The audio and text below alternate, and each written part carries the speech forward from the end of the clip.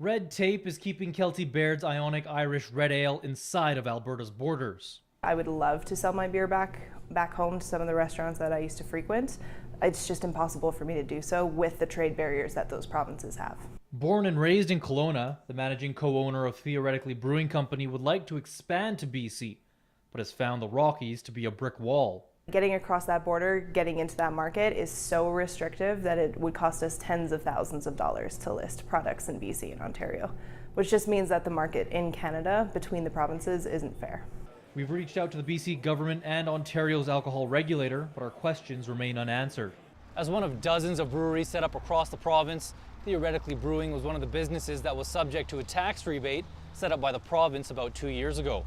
But all of that is in question now following a court decision in which the province was forced to pay 2 out-of-province breweries about $2 million. The ruling stating the province has 6 months to rewrite its beer policies. So I think it's less about the incentives necessarily, so long as the government can create an overall competitive playing field so that we can compete against those other provinces.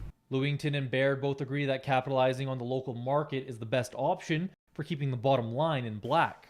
While she says employees at her brewery aren't at risk if there's no substitute for the rebate, 2016 figures from the Conference Board of Canada show there are more than 13,000 beer-related jobs across Alberta, with nearly 2/3 of those linked to local beer activity. However, she's frustrated more Canadians won't be able to enjoy the ales, lagers, and stouts Southern Alberta has to offer.